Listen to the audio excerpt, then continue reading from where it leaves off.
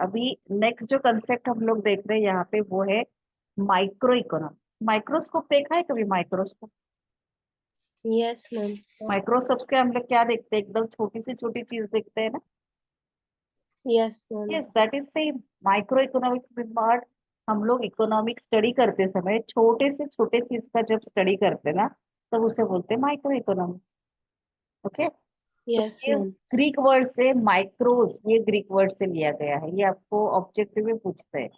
इसी को बोला जाता है प्राइस थियरी, क्योंकि चीजों का प्राइस इसके ऊपर डिपेंड रहता है, ये थियरी के ऊपर। इसलिए उसको ही माइक्रो इकोनॉमिक्स यस को ही मैम। बोला जाता है प्राइस थियरी। क्या बोला जाता है? Price theory. और ये स्टडी या एनालिसिस करता है behaviour of small unit of economy. जैसे इंडिविजुअल हो जाएगा, इंडिविजुअल फैमिली का हो जाएगा, इंडिविजुअल फर्म या कंपनी का हो जाएगा, एक सिंगल कंज्यूमर का हो जाएगा, या ग्रुप ऑफ पर्सन या ग्रुप ऑफ इंडिविजुअल्स का हो जाएगा। वो लोग मार्केट में कितना डिमांड करते हैं, या वो लोग किस तरीके से बिहेव करते हैं पर्टिकुलर सिचुएशन के लिए मार्केट में, उसका स्टडी जो होता है ना, वो होता है माइक्रो इकोनॉमिक्स में। कहाँ पे होता है? Micro economic. माइक्रो इकोनॉमिक्स यानी इंडिविजुअल डिमांड होगा, इंडिविजुअल सप्लाई होगा, पर्सनल लेवल पे सिंगल या ग्रुप ऑफ पर्सन का ही सोचा जाता है। होल कंट्री या होल वर्ल्ड का यहाँ पे नहीं सोचा जाएगा। एग्रीगेट डिमांड, टोटल डिमांड कितना है, टोटल, ये नहीं सोचा जाएगा। पर्टिकुलर प्रोडक्ट के लिए, पर्टिकुलर फर्म के लिए यहाँ पे सोचा जाएगा। ओके। तो उसे क्या बोलेंगे हम लोग? Micro economics. Got it? Yes ma'am. तो दूसरा कंसेप्ट है मैक्रो इकोनॉमिक्स। ये आया है अगेन ग्रीक वर्ड मैक्रोस से। उसे बोलते हैं इनकम थियरी। माइक्रो को क्या बोला था? प्राइस। Price theory. मैक्रो को क्या बोल रही हो? Income theory. याद रहेगा? Yes ma'am. Yes, okay. अभी macro economics is that part of economic theory which studies behaviour of aggregates of the economy as whole. यानी अगर हम लोग इंडिया की इकोनॉमी की बात करें, तो total national income of India कितना है, इंडिया का एग्रीगेट कंजम्पशन सब कंज्यूमर का मिला के कितना है, एग्रीगेट इनकम कितना है, एग्रीगेट एक्सपेंडिचर कितना है, टोटल एक्सपेंडिचर, इसका स्टडी जब हम लोग करते हैं तो उसे बोला जाता है मैक्रो इकोनॉमिक्स। क्या बोलते हैं?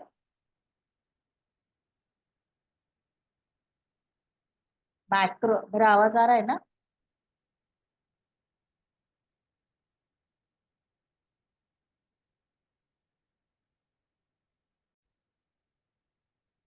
तो मैक्रो इकोनॉमिक्स मतलब ही इनकम थियरी है, और वो हमेशा एग्रीगेट डिमांड, एग्रीगेट इनकम, या total national income, total national consumption, इसके बारे में बात करेगा, नॉट ए इंडिविजुअल यूनिट के बारे में बात करेगा। Okay. Now let us see the difference between micro and macro economics. अगर हम लोग micro economics and macro economics की बात करेंगे तो इसके डिफरेंस के पॉइंट, मतलब सबसे पहला पॉइंट आएगा definition. Microeconomics is a branch of economics concerned with the study of individual household, एक हाउसहोल्ड या एक फर्म या का behaviour in decision making and resource allocation. मतलब एक फर्म या एक आदमी एक पर्टिकुलर रिसोर्सेज का यूज कैसे करता है या डिसीजन किस तरीके से लेता है, इसके बारे में जब स्टडी किया जाता है ना, तब उसे बोलते हैं माइक्रो इकोनॉमिक्स। ओके। कोई भी गुड्स एंड सर्विसेज जो है, कोई भी इकोनॉमिक इशू अगर है, तो उसके अगेंस्ट में या उसके लिए किस तरीके से बिहेवियर एक पर्टिकुलर पर्सन या पर्टिकुलर फर्म करता है, तो उसे बोलेंगे हम लोग माइक्रो इकोनॉमिक्स। मैक्रो किसे बोलते हैं? उसे बोलेंगे branch of economics that studies the overall behaviour and performance of the economy. यानी एज अ होल कंट्री किस तरीके से ये होता है, ग्रोथ रेट क्या है कंट्री का, नेशनल इनकम क्या है, ग्रॉस डोमेस्टिक प्रोडक्ट कितना है, अनएम्प्लॉयमेंट लेवल क्या है whole of the country level, ये सब स्टडी जब किया जाता है तो उसे बोला जाता है मैक्रो इकोनॉमिक्स। अभी कौन सा एरिया स्टडी होता है? तो माइक्रो इकोनॉमिक्स में specific market segment of the economy, whole market का स्टडी नहीं होगा। यानी अगर मोबाइल मार्केट की बात करेंगे तो माइक्रो में only and only mobile market के बारे में बात करेंगे, नॉट लैपटॉप या टैबलेट, इसके बारे में नहीं सोच। Are you getting my point? Yes ma'am. Whereas area of study of macro economics क्या है, एंटायर इकोनॉमी। अगर हम लोग इंडियन इकोनॉमी की बात करें तो ओवरऑल इंडिया में किस तरीके से परचेस एंड सेल हो रहा है, या ओवरऑल मार्केट का सेगमेंट कैसे है, मार्केट का बिहेवियर कैसे है, प्रोडक्शन ज्यादा सेल हो रही है या कम हो रही है, overall product and overall economy की बात करेंगे, ना कि ओनली मोबाइल के बारे। Got it? Yes, ma'am. तो microeconomics deals with the demand supply factor pricing, product pricing, economic welfare, production, consumption and other issues are addressed in the microeconomics। मतलब एक इंडिविजुअल पर्सन डिमांड कितना करेगा, कौन से level पे सप्लाई करने के लिए रेडी होगा। फैक्टर प्राइसिंग मतलब लैंड का रेंट कितना हो सकता है, लेबर का वेजेस कितना होगा, उसे बोलते हैं फैक्टर प्राइसिंग। प्रोडक्ट प्राइसिंग, चीजों की, कोई भी प्रोडक्ट हमने बनाया उसका प्राइस कितना लगाना है। Economic welfare, production, consumption and other issues. Economic welfare मतलब टोटल इकोनॉमिक डेवलपमेंट किस तरीके से होगा, इंडिविजुअल लेवल पे इसका स्टडी किया जाएगा। वेयर एज मैक्रो में such as national overall country का इनकम कितना है, गुड्स का ओवरऑल डिस्ट्रीब्यूशन किस तरीके से होगा, एम्प्लॉयमेंट ओवरऑल लेवल एम्प्लॉयमेंट का क्या है, यानी अनएम्प्लॉयमेंट ज्यादा है या कम है, ओवरऑल कंट्री का सोचा जाएगा। जनरल प्राइस लेवल क्या है, पर्टिकुलर प्रोडक्ट का प्राइस लेवल यहाँ पे कंसिडर नहीं होगा। ये सब हम लोग स्टडी करते हैं macro economy. Whereas business Yes, ma'am. Application, अभी it is use to address internal issues. Internal issues मतलब विद इन द कंट्री या विद इन द फर्म ऐसे कुछ इश्यूज है विद इन, तो वो हैंडल करने के लिए माइक्रो इकोनॉमिक्स यूज होता है। But it is use to address environmental and external issues, firm के बाहर या अदर देन कंपनी कुछ इश्यूज है ओवरऑल मार्केट में, तो वो हैंडल करने के लिए मैक्रो इकोनॉमिक्स यूज किया जाता है। स्कोप देखो, ये किस में आता है, तो सप्लाई है, फैक्टर प्राइसिंग। फैक्टर प्राइसिंग मतलब क्या, मैंने फिर से बोल रही हूँ, मैं तुझे, लैंड के अगेंस्ट में जाता है रेंट, लेबर को जाता है वेजेस, तो हर एक फैक्टर्स ऑफ प्रोडक्शन के रिटर्न में क्या दिया जाता है उसे बोलते हैं फैक्टर्स, और उस फैक्टर्स का क्या प्राइस होना चाहिए उसे बोलते हैं factor price. Okay, production, consumption, ये सभी का स्टडी माइक्रो में होता है। मैक्रो में अगर सेम पॉइंट है, national income, employment, general price level का स्टडी होता है। यहाँ पे माइक्रो इकोनॉमिक्स में हम लोग प्रोडक्ट का and product pricing, factor prices का प्राइस स्टेबल रखने की कोशिश करते हैं या उसका स्टडी करने के लिए यूज होता है। वेर एज इकोनॉमिक इशू जैसे अनएम्प्लॉयमेंट है, डिफ्लेशन है, राइजिंग प्राइसेस है, अनएम्प्लॉयमेंट, तो मैंने पहले ही बोला पॉवर्टी, ये सारे जो प्रॉब्लम्स है उनका स्टडी करके उसके ऊपर कुछ सॉल्यूशन ढूंढने के लिए हमें मैक्रो इकोनॉमिक्स का स्टडी यूज होता है। माइक्रो इकोनॉमिक्स के Yes, ma'am. लिमिटेशंस की बात करें हम लोग, तो माइक्रो इकोनॉमिक्स बहुत सारे लिमिटेशंस है उसमें, जैसे उसके जो एजम्पशंस है स्टडी करने के लिए वो बहुत ही अनरियलिस्टिक है। जैसे माइक्रो इकोनॉमिक्स एज्यूम क्या करता है, there is full employment. Full employment मतलब क्या, कि देर सबको जॉब है वहाँ अपने कम्युनिटी में, ऐसे कोई भी नहीं कि जिसको जॉब नहीं है। Is it possible in a practical sense? No, ma'am. No. तो माइक्रो इकोनॉमिक्स की ये जो कुछ एजम्पशंस है वो अनरियलिस्टिक और प्रैक्टिकल नहीं है। whereas macroeconomic examine that misunderstanding of a composition incorporates which sometimes fails to prove accurate because what is true for aggregate। मतलब माइक्रो इकोनॉमिक्स क्या करता है, ओवरऑल एग्रीगेट बोलता है कि ओवरऑल मार्केट में इन्फ्लेशन चल रहा है, ओवरऑल मार्केट पे डिफ्लेशन चल रहा है, तो सब लोग लॉस में, तो ये ओवरऑल एग्रीगेट वो लोग, जैसे फॉर एग्जांपल कोविड आया था तो इन जनरल स्टेटमेंट क्या हुआ था कि सब लोग लॉस में है, बहुत लोग जन का बिजनेस बंद हो गया, करेक्ट? Yes, ma'am. हाँ, तो ये मैक्रो अगर ओवरऑल स्टडी करेंगे तो यही कंक्लूजन निकाल लेंगे ना हम लोग, कि ओवरऑल सब बिजनेस बंद हो गए, सब लोग को बहुत सारे प्रॉब्लम्स हो गए। बट हम लोग माइनर लेवल पे जाके स्टडी करेंगे पर्टिकुलर इंडस्ट्री में, तो you must aware that medical sector and insurance sector is the most boom sector in Covid situation. And Yes, ma'am. Food में तो भी थोड़ा बहुत प्रॉब्लम आ रहा था सप्लाई में, वो एकदम से सप्लाई नहीं बढ़ा पाए। बट मेडिकल एंड इंश्योरेंस, बहुत सारे लोगों ने जो अभी तक इंश्योरेंस नहीं निकाला था, उन लोगों ने इंश्योरेंस निकाला during that period. Got it? Yes, तो ma'am. ये दोनों में बहुत सारे मतलब हॉस्पिटल्स वगैरह भी टेम्पररी कितने बेड्स वगैरह बनाने पड़े, तो उन दो सेक्टर्स के लिए उल्टा वो बूम हो गया ना। वो किसी भी तरीके से सोचो, उल्टा वहां पे फाइनेंशियल पोजीशन उनका बहुत ज्यादा, नो डाउट उनको रिस्क था, बट ऐसे नहीं है कि उनके पास पैसा नहीं है। बट बाकी सेक्टर क्या हो गए, ऑलमोस्ट बंद ही हो गए। तीन सेक्टर ही अच्छे चले, फूड वाला सेक्टर, मेडिकल वाला सेक्टर और इंश्योरेंस वाला सेक्टर। अभी फूड में भी देखो, मैंने तो बहुत जगह पे देखा कि जिनका सब छोटे मोटे शॉप थे ना, वो बंद करके सब लोग हमारे इधर सब्जी बेचने लगे थे। कितने Yes, सारे ma'am. सब्जी, तुमने भी देखा होगा, है ना? क्योंकि वही एक चीज थी कि वो मार्केट में बेची जा सकती थी वो टाइम, क्योंकि खाना पीना ही लोगों का कोई भी नया कपड़ा वगैरह लेने गिरी। या दूसरा एक सेक्टर बूम में आया, वो ऑनलाइन शॉपिंग देखा है तो थोड़ा सा ओपन होने के बाद Yes, ma'am. कितने सारे लोग ऑनलाइन शॉपिंग का बिजनेस करते थे, अभी बहुत लोगों ने बंद कर दिया, क्योंकि at that time market open नहीं था। तो अगर हम लोग इंडिविजुअल ऑनलाइन शॉपिंग की बात करें तो एट दैट टाइम वो बहुत बड़ा था ना। Yes, ma'am. तो ओवरऑल एग्रीगेट अगर हम लोग बात करें कि इकोनॉमी में बहुत प्रॉब्लम हो गया था, इकोनॉमी सब डाउन हो गई थी, किसी को कुछ प्रॉफिट नहीं हुआ, ये एग्रीगेट स्टेटमेंट हुआ। बट अगर हम लोग माइक्रो लेवल पे जाके देखेंगे तो कुछ सेक्टर को बहुत ज्यादा प्रॉफिट भी हुआ था। करेक्ट? तो these are some difference Yes, ma'am. Between micro and macro economy. Okay, Yes, ma'am. Then next is central problems of economy. Central level पे इकोनॉमिक्स को क्या मेन प्रॉब्लम हमें फेस करने हैं, ठीक है ना? हाँ, तो सबसे पहले इकोनॉमी में हमने देखा कि हमारे पास जो स्केर्स रिसोर्सेस है उसमें से हमें जो प्रोडक्शन करना है, तो हमें प्रॉब्लम ऑफ चॉइस आएगा ना। Yes, ma'am. करेक्ट? तो प्रॉब्लम ऑफ चॉइस, या अगर हम लोग सेंट्रल प्रॉब्लम्स ऑफ इकोनॉमी के बात बात करेंगे तो तीन है एलोकेशन ऑफ रिसोर्सेस के रिगार्डिंग। पहला तो है व्हाट टू प्रोड्यूस, मतलब exactly selection of goods and services to be produced and the quantity to be produced of each of the selected commodity। यानी मेरे पास जो रिसोर्सेस है उसका यूज करके मैं एग्जैक्टली कौन सी कमोडिटी प्रोड्यूस करूं, या मैं एक से ज्यादा कमोडिटी प्रोड्यूस करना चाहती हूँ, तो कितना क्वांटिटी में कौन सी कमोडिटी प्रोड्यूस होना चाहिए विथ लिमिटेड रिसोर्स।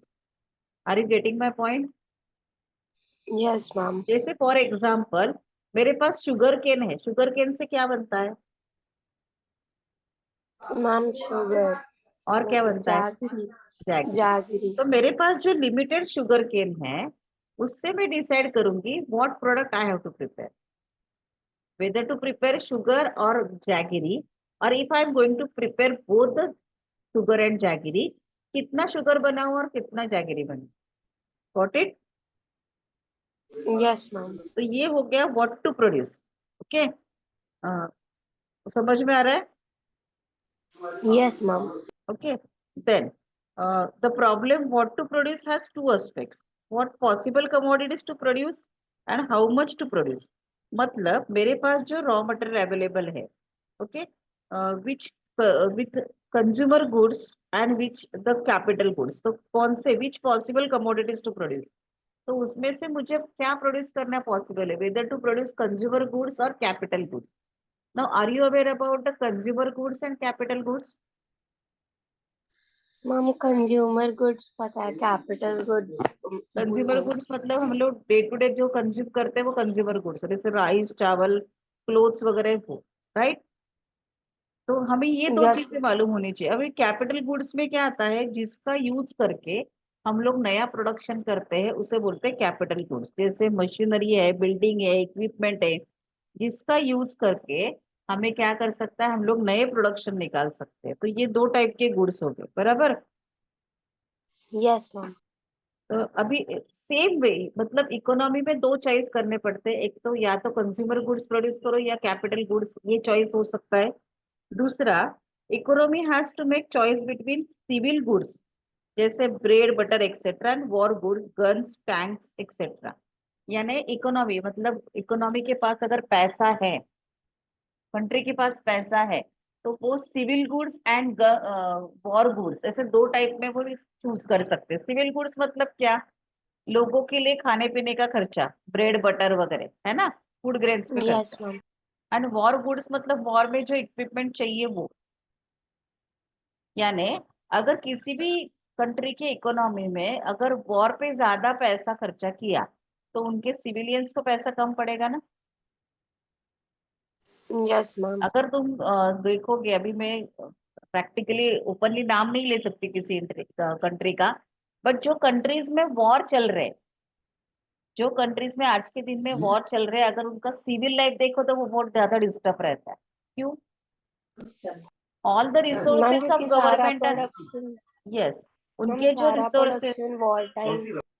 करेक्ट, उनके जो रिसोर्सेस है ना वो सब किधर गए, वॉर के लिए गए ना। मतलब उनके उनके पास जो पैसा है वो टैंक परचेज करने के लिए या गन परचेज करने के लिए खर्च हो गए, और पब्लिक यूटिलिटी सर्विसेज है या लोगों को खाने पीने का सामान प्रोवाइड प्रॉपरली करना है, उसके लिए उनके पास पैसा बचा ही नहीं या कम पैसा बचा है। ओके, तो Yes, ये भी ma'am. चॉइस है हाउ व्हाट टू प्रोड्यूस करते समय, कि whether to produce war goods और whether to produce civil goods. Okay, Civil goods. Then how much to produce. एक बार तो डिसाइड हो गया कि समझो मैंने डिसाइड किया ओनली वॉर गुड्स प्रोड्यूस करना है, सिविल गुड्स मेरे पास बहुत है, बट कितना प्रोड्यूस करूं।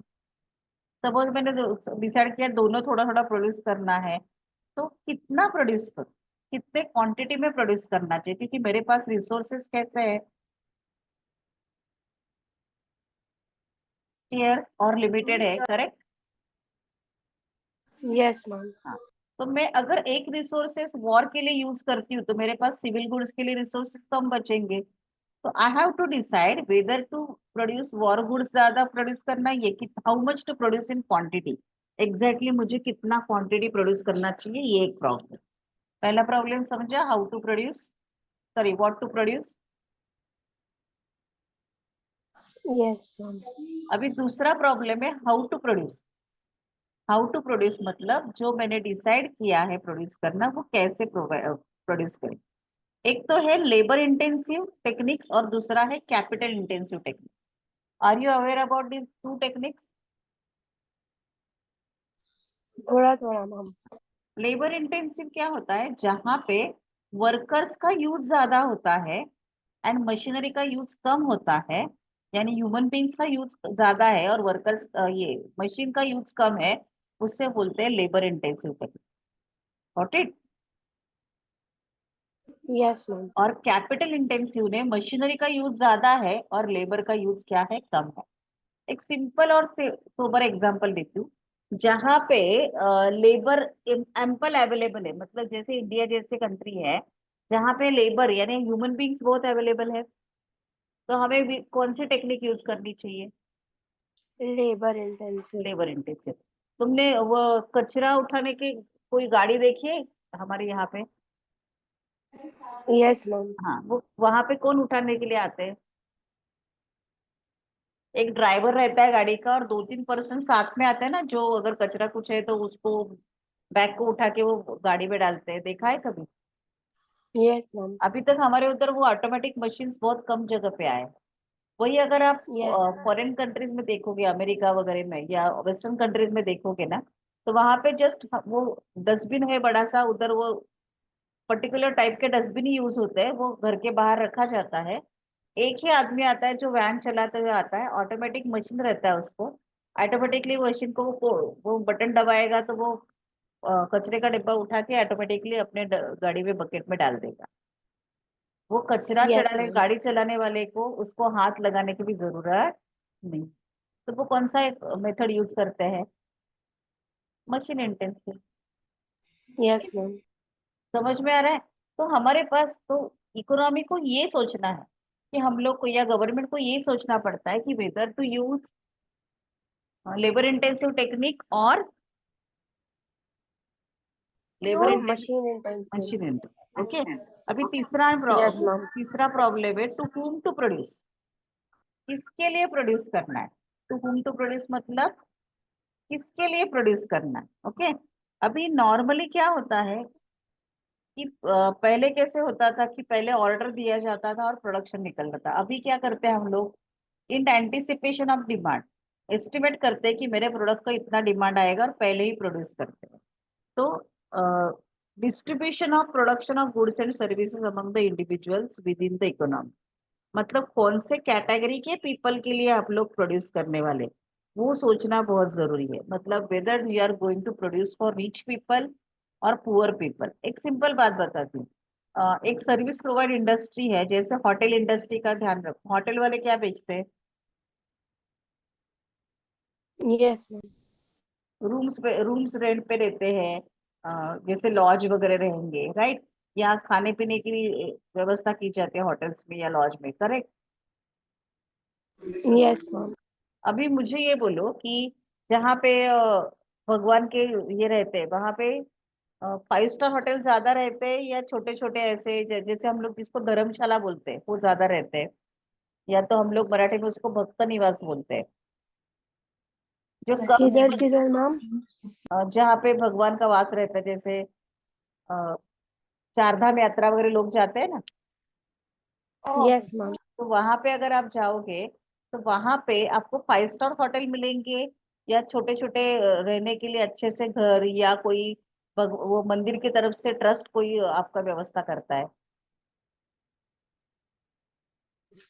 मैम, ये मंदिर की तरफ से रहता है ना? हाँ, ज्यादातर वही दिखाई देता है ना। क्यों? क्योंकि भगवान Yes, के ma'am. दर्शन के जाने के लिए सब रिच पीपल नहीं रहते, जो पुअर पीपल रहते हैं वो भी बहुत बार चल के वगैरह भी भगवान के दर्शन के लिए जाते हैं। तो वहां पे अगर Yes, आप ma'am. 5 स्टार होटल खोल के रखोगे तो वो चलने के चांसेस ज्यादा है क्या? नहीं है ना। वहां पे कॉमन लोगों नहीं को मैम. रहने के लिए ऐसे रूम्स चाहिए कि भले आप एक रूम में 4 जनों को बेड लगा के दो, लेकिन कम कीमत में दोगे तो ज्यादा लोग रहेंगे, करेक्ट? Yes, ma'am. लेकिन वही अगर आप मुंबई में एकदम प्राइम लोकेशन में जाओगे तो वहां पे छोटे हाउसेस तुम्हें दिखेंगे नहीं, सब स्काई स्क्रैपर बिल्डिंग दिखेगी, करेक्ट? Yes, ma'am. मतलब जुहू वगैरह वो एरिया में गए हो कभी, वहां पे देखा होगा तो सब, या आप नवी मुंबई में देखोगे तो वहां पे भी कैसे है, स्काई स्क्रैपर बिल्डिंग से, पॉश पॉश बिल्डिंग से, क्यों है ऐसे? मैम, वो मतलब लोगों के लिए वहां पे डिमांड है ना। yes, ma'am. तो कौन से पीपल के लिए, कौन से कैटेगरी के लोगों के लिए आप प्रोड्यूस करें? जैसे पब है, होटल्स है, वो भी पर्टिकुलर एरिया में आपको ज्यादा दिखते हैं।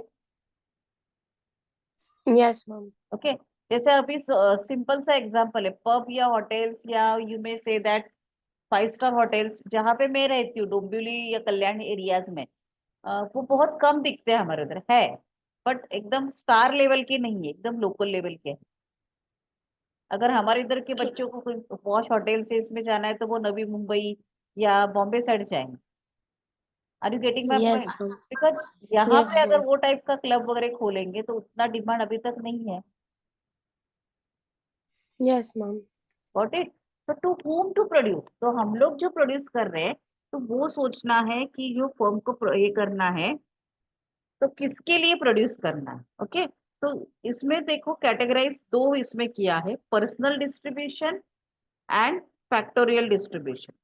It means personal means what, how national income of the economy is distributed among the different, ठीक है ये हम लोग बाद में लेते हैं। यहाँ तक समझा तुम्हें पहले? Yes, ma'am. ओके, इधर तक हम लोग स्टॉप कर देते हैं क्योंकि फिर नया टॉपिक स्टार्ट हो जाएगा। तो आज के लिए इतना काफी है।